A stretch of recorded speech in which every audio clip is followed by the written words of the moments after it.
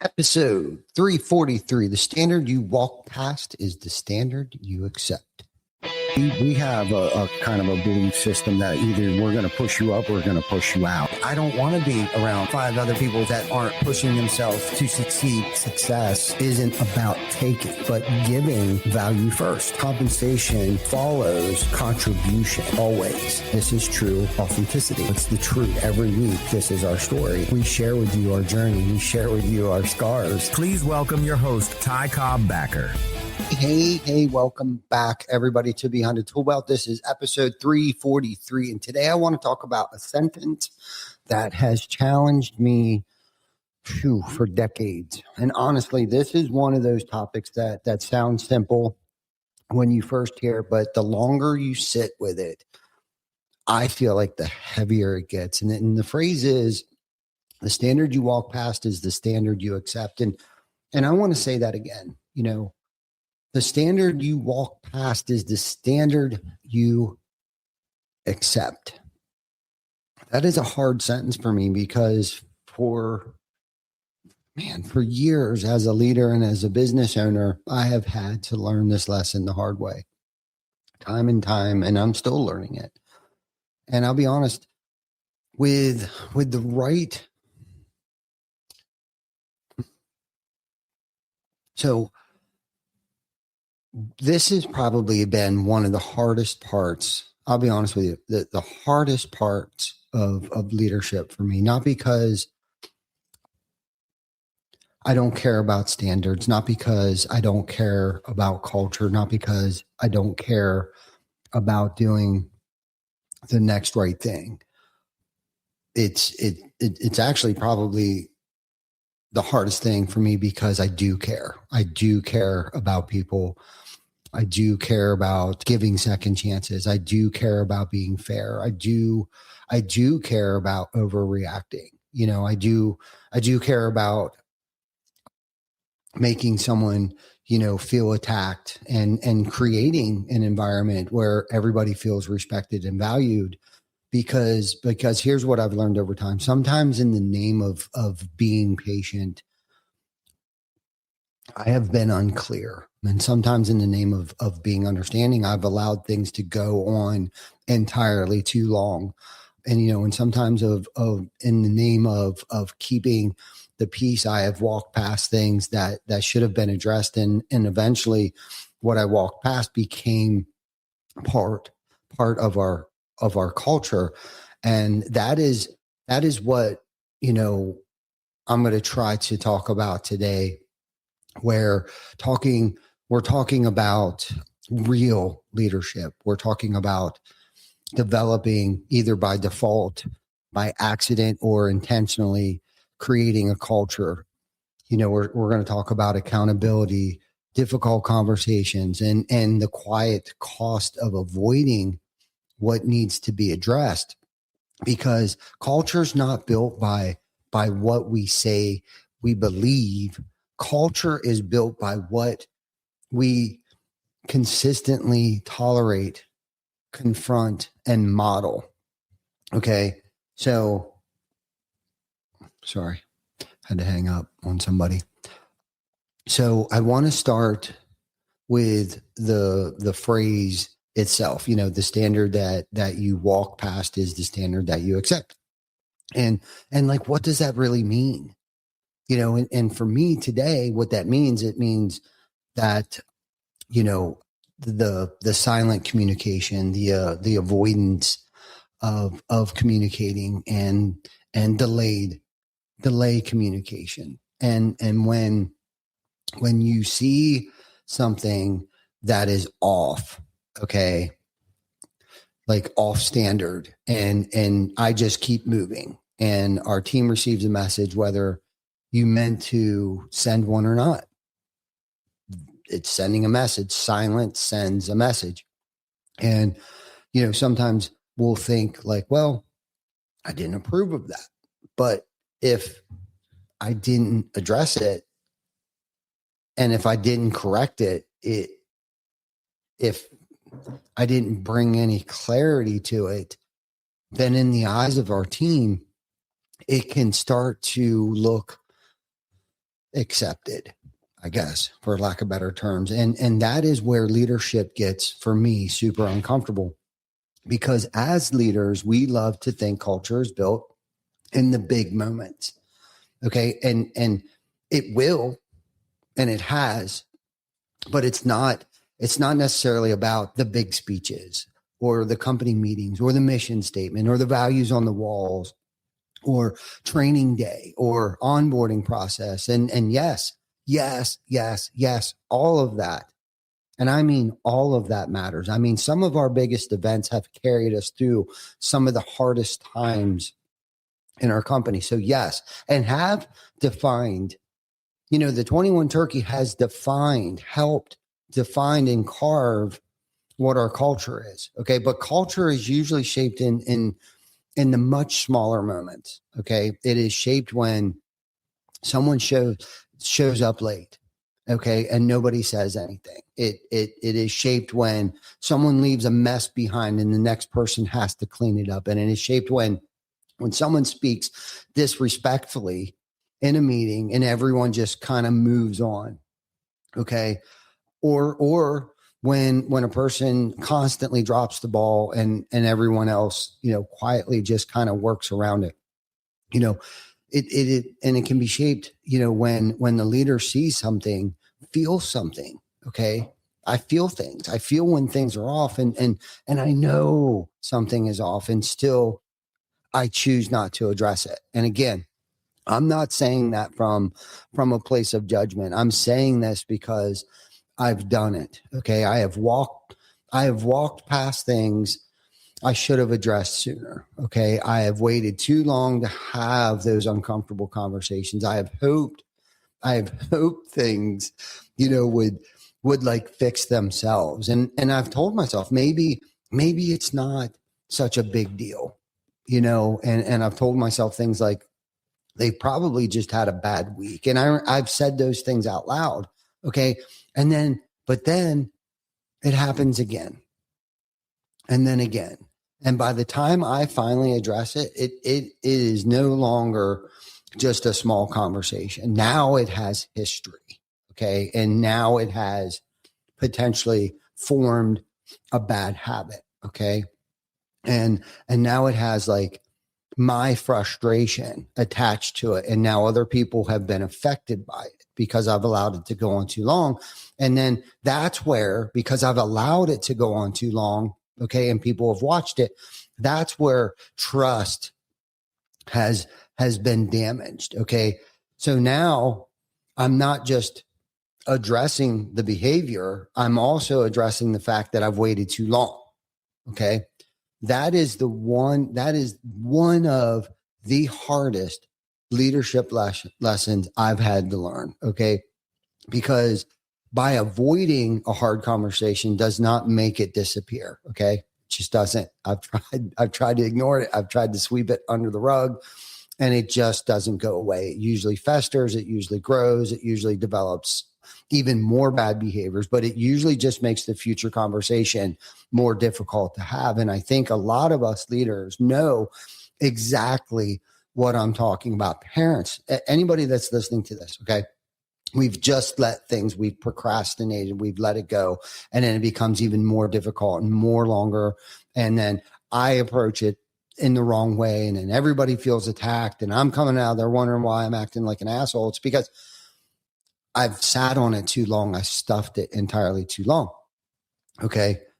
And so then I feel that little check in the gut. Okay. Where something about it, that I'm just as much at fault as the other person. But, sometimes, I'll see something and it just doesn't like line up to our standard. And that, the standard that we had set out for like the company, for our team, our family, our brand, our customer experience, our reputation. Okay. And then I'll have to I'll pause, and then I'll hesitate, and then I'll just let it go, and that is a shortcoming of my own. Okay. And then sometimes letting it go, and this is the thing that, because I've overreacted and have reacted too too quickly sometimes.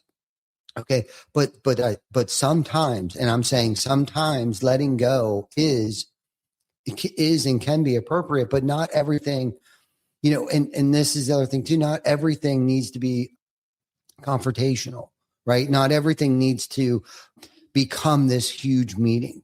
People are people. People do have off days, and people are going to make mistakes. It's just going to happen. But there's a difference between, I think, giving grace and lowering the standard. And that difference is clarity for myself. That's where it begins and that's where it starts. Okay. And grace says, I understand you're human, and I'm still going to help you get back to the standard. Avoidance says, I don't want to deal with it. Okay. And I'm going to pretend that it isn't affecting anything. Those are not the same thing. Okay. They're not the same thing. And I think for me, that has been a big part of the struggle. I never wanted to be the leader who overreacted. I never wanted to be the leader who made people feel like every mistake was going to be a punishment, and I never wanted to create a culture where people were walking on eggshells. Have I? Of course, I've done all of those things, and I've learned from them. And I tend to fall back because it's kind of like a default of mine where I kind of fall back into, procrastination. I fall back to stuffing. I fall back to, overreacting, but I do try to pick and choose my battles wisely in how I approach things and how I need, this is another thing, how I need to approach that individual, because each individual can't be handled the same way either. And that could be a totally different topic with a whole freaking, podcast behind it. But I also had learned too that, the opposite extreme is dangerous too, because when standards are not protected, okay, the people who care the most usually carry the heaviest load. And I've seen it. Our best people notice what I tolerate. Okay. And let me say that again. Our best people notice what I tolerate. They notice who gets away with what. They notice who is held accountable and who isn't. They notice when someone cuts corners. They notice when somebody creates drama. They notice when somebody does not follow through. Okay. They notice all of these things. And listen, our top performers, man, they're paying attention, not because they're negative. Okay. Not because they are looking for problems, but because they care. Okay. They care about the work. They care about the customer. They care about our name. They care about their name. Okay. And they care about being a part of something that they can be proud of. Okay. And when they see leadership tolerate the same issue over and over again and again, they begin to wonder if the standard is real. Okay. And that is a dangerous place for a culture to be. Okay. Because when your best people stop believing the standard is real, they may not leave immediately, but sometimes they leave quietly before they ever turn in their notice. Okay. They stop speaking up. They stop volunteering. They stop going the extra mile. They stop bringing the solutions. They stop believing that excellence, or greatness is worth, the effort. And then one day the leader looks around. Okay.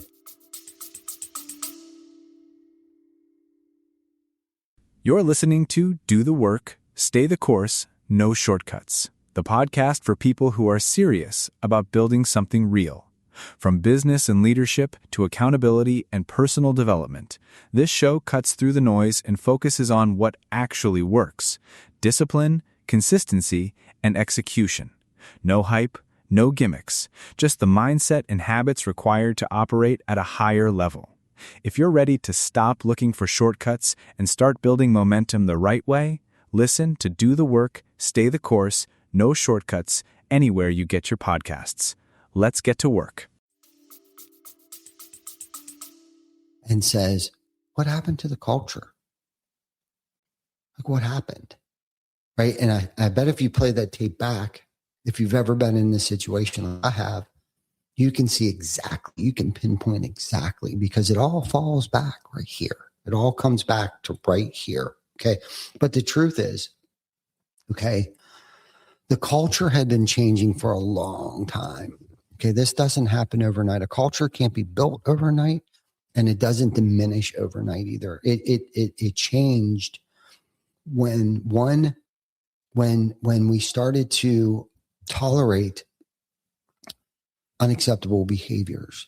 It changed one avoided conversation at a time. It changed when one lowered expectation happened continuously. That is why this topic matters so much to me, and it should, quite frankly, matter to everybody that's listening and everybody that's in this building today, because small behaviors shape culture. Okay. It's not, like I said earlier, it's not the big things. It's small behaviors, the tone people use with each other. Okay. The way that we talk about customers, the way we leave our equipment, the trucks, the tools, the paperwork, the job site, the emails, our comments, or our commitments, for the next person, the way people respond when they make mistakes, they don't take accountability or ownership, the way that people handle pressure, the way people talk when I'm not in the room. Okay. That is culture. Culture is not just what happens when everything is going well. Culture is what shows up when people are tired, busy, frustrated, under pressure, or unsupervised. And as a leader, we have to pay attention to those moments, because those moments tell the truth. And we've had our trials. We've been tried, or we've been tried. And I've watched our culture show up a lot. And I'm saying in a good way. Predominantly our culture, I feel, and again, that doesn't happen overnight. And I'm not saying that it doesn't come off the rails at times, because it has and it will, because it's not a static. Culture isn't static. It doesn't stay in one place.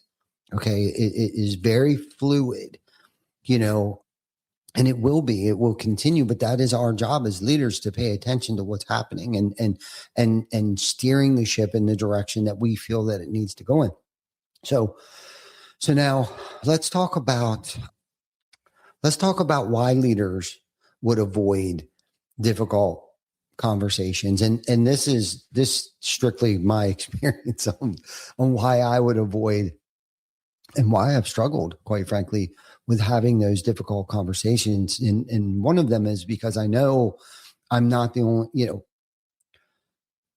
I'm not the only one it's gonna make feel uncomfortable. We avoid difficult conversations, quite frankly, for a lot of reasons, but sometimes we avoid them because, we don't want conflict. We don't want tension. We don't want somebody to, get defensive. We don't want the relationship to change. And quite frankly, I don't want anybody to quit, and I don't want to seem harsh or discourage anyone. We don't want to make a big deal out of something that maybe could be fixed, itself. Right. And I think sometimes when I think like that, that's me just trying to avoid the conversation. And sometimes, if I'm honest, we avoid the conversation because we don't know how to have them. I mean, think about that for a minute. Like, sometimes I don't know how to confront conflict. I don't, without showing my emotions too much. Okay. And I think a lot of us leaders get put in this position because, we know the trade. Okay.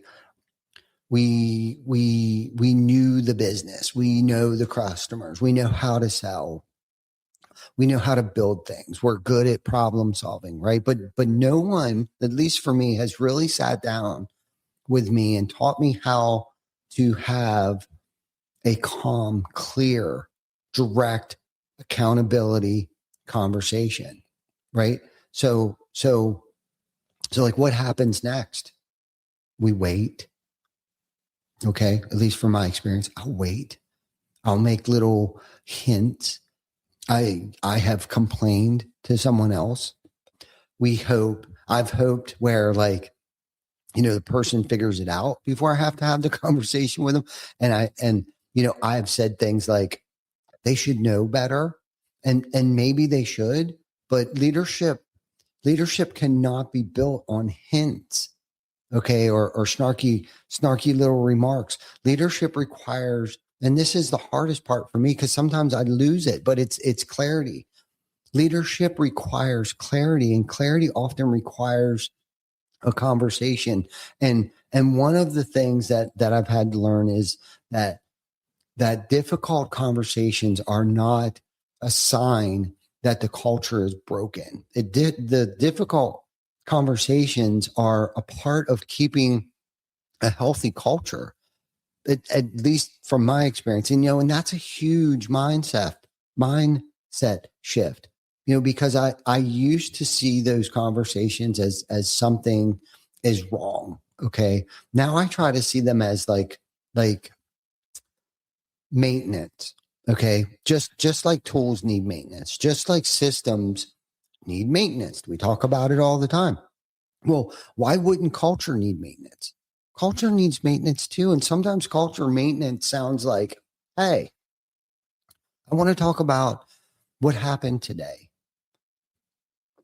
or I should have addressed this sooner, or we need to reset the expectations, and I want to be clear about, the standard moving forward, or this matters because it affects the team. These are plenty of conversations that I've had with the team where I have to point out like how this affects, the customer, or this matters because it affects trust with your teammates. And those conversations, they're not easy to have, but they are so very necessary. And I've learned to be a little more tactful in my approach of making it sound like it's our idea, not necessarily, hey, you're a slow, lazy, talking, like pointing out the character defect, but more so pointing out the effect of like what's happening here. Like the email sat there for 2 days. The customer is wondering, what's going on, opposed to saying, hey, you're lazy. You never responded back to that email. That's not the way to approach it.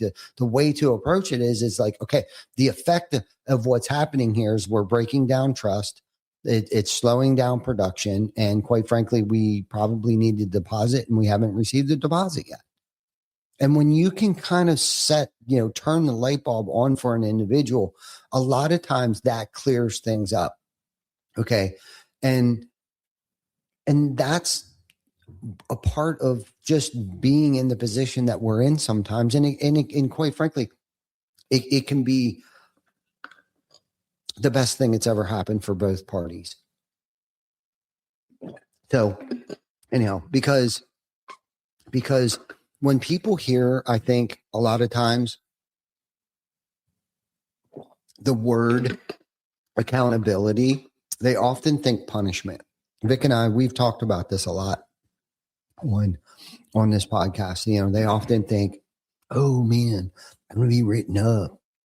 And they think, I'm being disciplined. They think, I'm in trouble. It's not. Accountability at its best is not punishment. Accountability is clarity with follow through. Okay. Accountability says, here's what we agreed to. Okay. Here's where we went off track.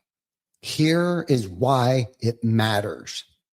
Okay. Here's what needs to change. Okay.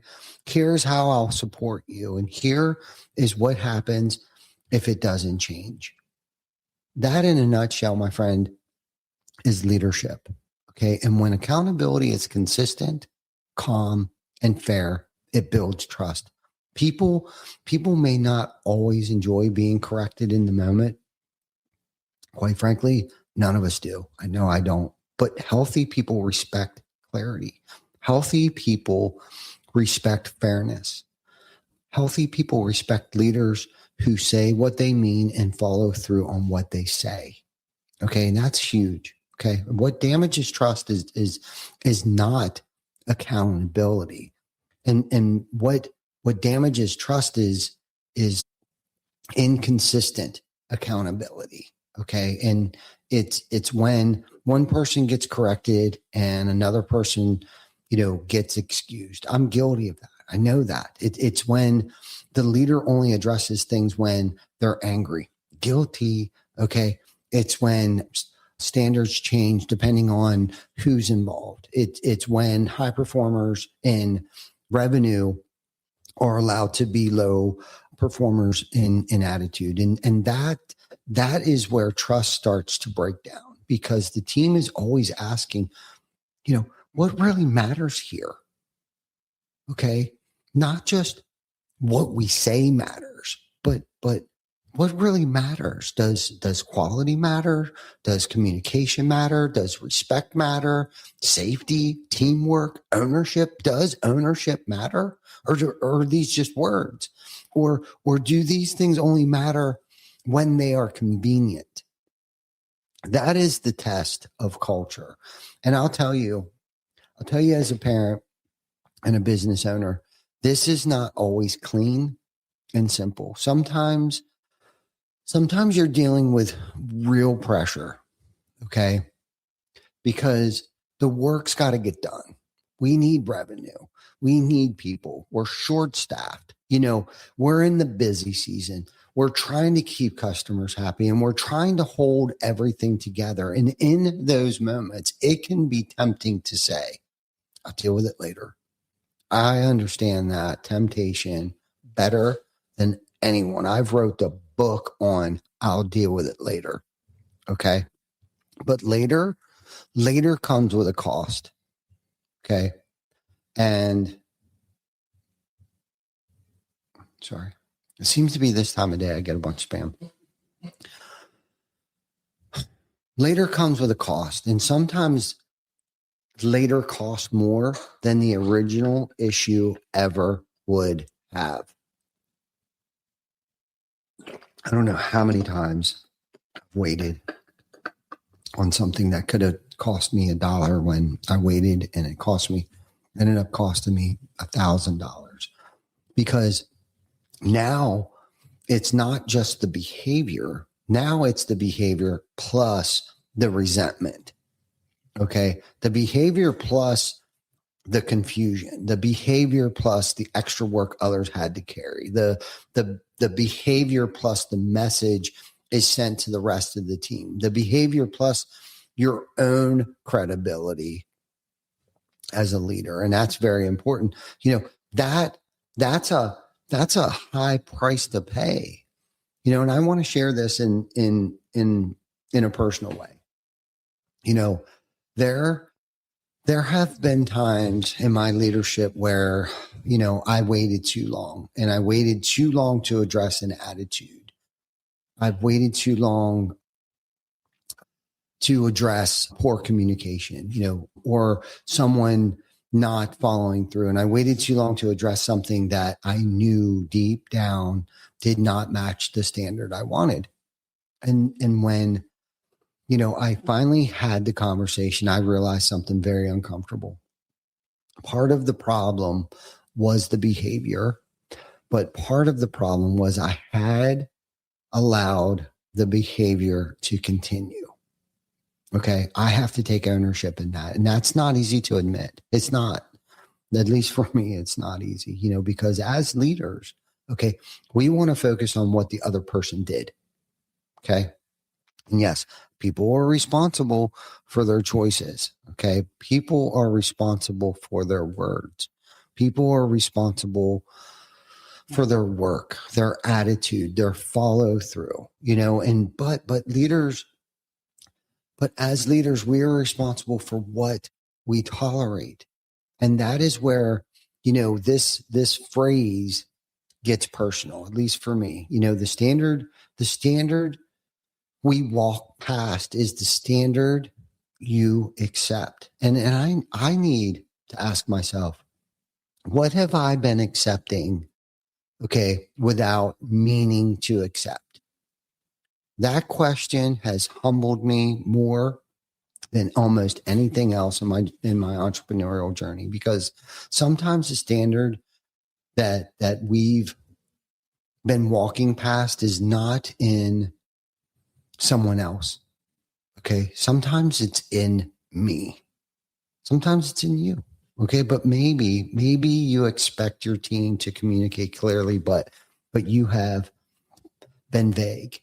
Maybe you expected people to follow through, but you have not followed through on your own commitments. Okay. And maybe I expected people to own mistakes, but I get defensive when someone gives me feedback. That is where I think leadership gets real.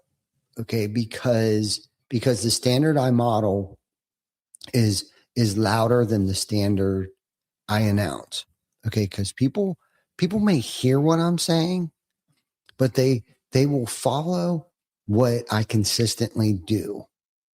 I've watched it. I've seen it. I've built it. I know that if I'm not practicing what I'm preaching, people won't follow. So if I want a culture of accountability, I have to be able to be accountable. Okay. If I want culture of communication, I have to communicate. Okay. And if I want a culture of ownership, I have to own my part in this. And again, this is not about perfection. Okay. I don't believe healthy leadership requires perfection. I actually think pretending to be perfect hurts your leadership. I went through that phase for a little bit years ago where I was like, I'm perfect. I got all the answers. And you know what? People don't need perfect leadership. They need an honest one. They need a leader who can say, I missed that. They need a leader who can say, I should have addressed this sooner, because accountability should not just be something we put onto other people. It should be something we practice ourselves. So now I want to make this easy and practical for myself and everybody else listening out there, because it's one thing to talk about standards, but it's another thing to actually be able to address them. So when you notice something that does not line up with the culture you want, here's a simple way to approach it. Okay. And I touched on this earlier. Name the standard. Okay. Not the frustration, not the assumption, not the emotion. Name the standard. Okay. For example, if the standard here is that we leave the job ready for the next person, that in itself gives the conversation foundation, right? So if the standard here is that we own mistakes instead of blaming someone else, that gives our conversation foundation, right?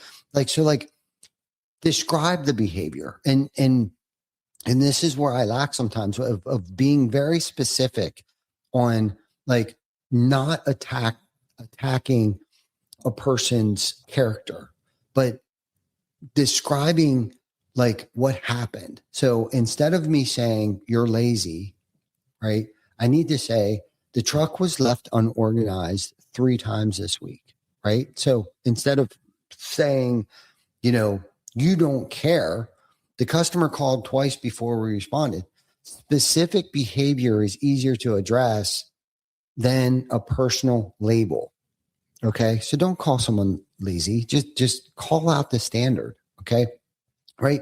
And then, like I touched on earlier, I need to explain the impact. And this is where I've seen the light bulb moment more, I think, than anything else, is when I explain the impact. People need to understand why it matters. This creates, like, for example, like this creates more work for other people. Okay. For the next person, right? This causes confusion for the customer. This slows the team down, so on and so forth. So when people understand the impact, the standard becomes more, I believe, like more meaningful. Okay. And then, okay, invite ownership. Ask a question like, what happened from your perspective, right? What do you think needs to change? What got in the way? How can we prevent this from happening next time?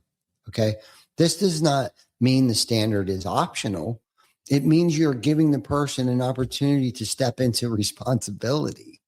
Right. And then I would say the fifth thing would be like set the expectation going forward. Okay. Be very clear. Going forward, I need the update sent before the end of each day. Going forward, I need you to check the work before calling it completed. Okay. Going forward, if there's an issue, I need you to raise it. I need you to raise it early instead of waiting until it becomes a problem. Right. So that's clear communication. And then comes the part that leaders, we can't skip this part. We have to follow through, because one conversation without follow through, okay, it's just shitting in one hand and praying in the other. Okay. It's a wish. All right. If you say a standard matters, but you never follow up, the team learns that the conversation was temporary. Okay. If you say something has to change, but nothing happens. Okay. When it does not change, the team learns that the standard is negotiable. Okay. Follow through is what makes the standard real. And when I want to be clear, okay, follow through does not always mean punishment. Sometimes follow through is coaching. Sometimes it's training. Sometimes it's a second conversation. Sometimes it's documentation. I don't know how many SOPs have come out of the follow through. Like I mean, that's kind of where our KPIs and our SOPs were founded, was out of a lot of these uncomfortable conversations and the follow up. But follow through does mean something has changed. Okay. And that's key, because something has to change, obviously, or else we wouldn't be having this conversation right now. Because if nothing changes, the culture has learned that the standard is optional. And that's very important. So before I forget, let's this week's poll. Let's do another poll. Okay. Because I felt like we got some pretty good traction last week. It's not as cold in here. It was so cold in here, flies were dying. On the floor. They're on the floor dead. It's not because they were locked in here and they were locked in the ice box. That's what happened. So, all right. So this week's poll question, I think, is a good one. Okay. What has the biggest impact on company culture? Okay. Is it consistent accountability, leading by example, clear communication, or hiring the right people? And honestly, I'll be honest with you, I can make a case for all four of these. Hiring the right people matters because people bring habits, attitudes, values, and expectations into our company, right? Clear communication matters because people cannot meet a standard that they don't understand. Okay. And then leading by example matters because people watch what leaders do more than they listen to what leaders say. And consistent accountability matters because that is how the standard gets protected. And that's important, man, that it gets protected. Okay. So if I had to connect them, I would say this. Okay. Hiring people who align with the culture that we want communicate the standard clearly, model the standard personally, and hold people accountable consistently. Okay. That's the loop in itself, right? That is how culture in a nutshell is built. Okay. But if I had to pick the one that has challenged me the most personally, I would probably say consistent accountability, because I believe in the standard, right? I can communicate the standard. I can try to model the standard, but the hard part is protecting the standard when it gets uncomfortable. That for me is where my leadership gets tested. It's easy to believe in accountability when everything is going well. Okay. And it's hard. I think it's harder when the person struggling is someone you like. Okay. And I think it's harder when the person is so talented, and it becomes even harder when the business is busy. Okay. And when I'm tired, and it's harder when the conversation might not go well. But those are the moments that have and will shape our culture. Those are the moments where people find what the standard really means. And I think we need to remember something. Okay. I think we need to remember something. Accountability is not the enemy of care. Okay. Accountability is a part of care. When done right, accountability says, I care enough about you, the team, the customer, and the future of this business. I'm going to tell you the truth. Okay. That's not harsh. That's freaking leadership. Okay. Avoidance may feel kind, in the moment, but it often creates more pain later. I know it has for me and still does, but clear accountability may feel uncomfortable in the moment, but it creates health over time. And, I'm still learning this. I do not want to sit here and act like I have mastered it perfectly. I haven't even come close. I'll be honest with you. There are still moments where I have to push myself to have that conversation. There are still moments where I feel that hesitation. There are still moments where I would rather hope that it just fixes itself, but I have learned that hope is not leadership strategy. Okay. Standards need clarity. Culture needs protection. People need honesty, and leaders need courage. That's probably a huge one for me. I talked about that at a Jan and I went out to, I don't even know where, I think we were in Utah, but I talked about the courage. Like, I don't think we talk enough about courage, but not loud courage, not aggressive courage, not ego driven courage, but quiet courage. Okay. The courage to say, this matters. The courage to say, we need to talk about this. The courage to say, I should have addressed this sooner. Okay. The courage to say, this is the expectations going forward. The courage to say, I'm going to hold myself to this also. Okay. That is the work. That is the work behind the work. And that is why this topic matters so much to me, because every business has a culture. Every team has a culture. The question is whether the culture is being intentionally built, or accidentally allowed. Okay. And accidental culture usually drifts towards what is easy. Okay. I've done that. It's just easier to ignore shit, right? It drifts towards, shortcuts. It drifts towards silence, excuses. It drifts towards whatever people can get away with.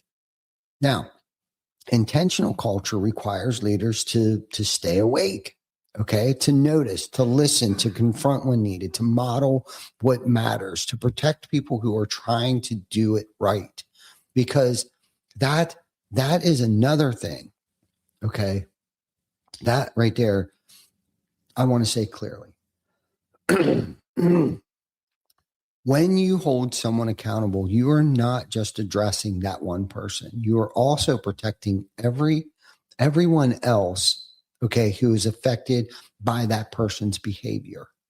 You are protecting the team member who keeps cleaning up the mess. You are protecting the customer who deserves better communication. You are protecting the new team member who is learning what normal looks like. Okay. You're protecting the top performer who is wondering if greatness still matters. We're protecting the freaking culture. And sometimes we're protecting the person we're correcting. Okay. Because if nobody tells them the truth, they may keep repeating behaviors that limits their own growth, damages their relationships, and hurts their future. Okay. So honest feedback can be a gift when it's delivered the right way, right? With right heart. So as we close out this episode, I want to bring back the question. Okay.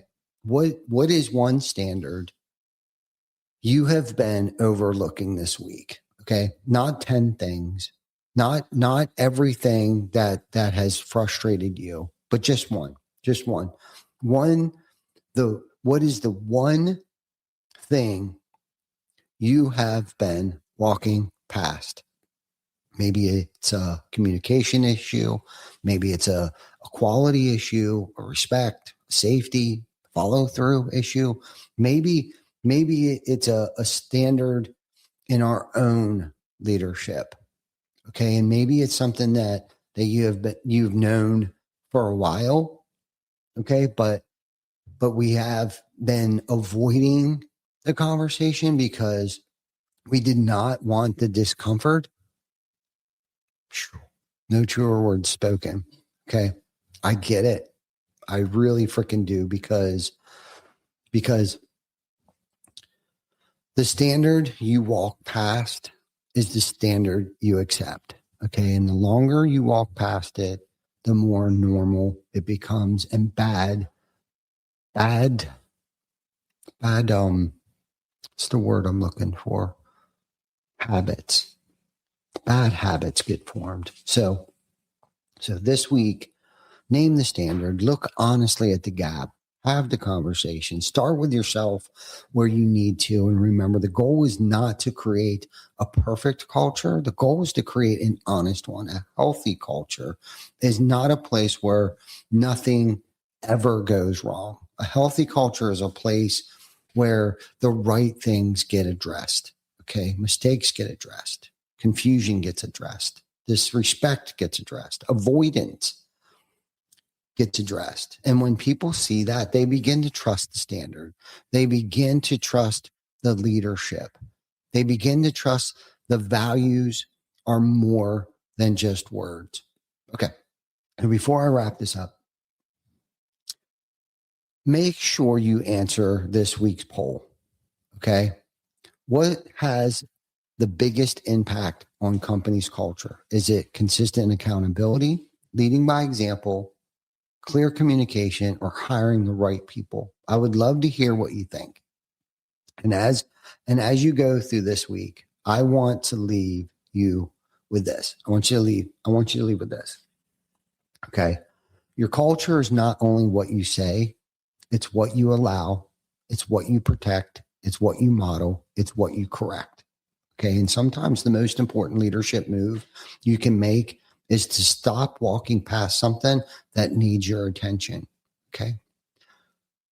This has been Behind the Tool Belt, episode 343. The standard you walk past is the standard you accept.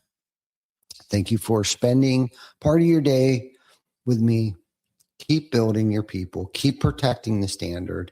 Keep doing the work behind the work. And this week, ask yourself this one question. What's one standard I've been overlooking? Then do something about it. I'll see you next week on Behind the Tool Belt.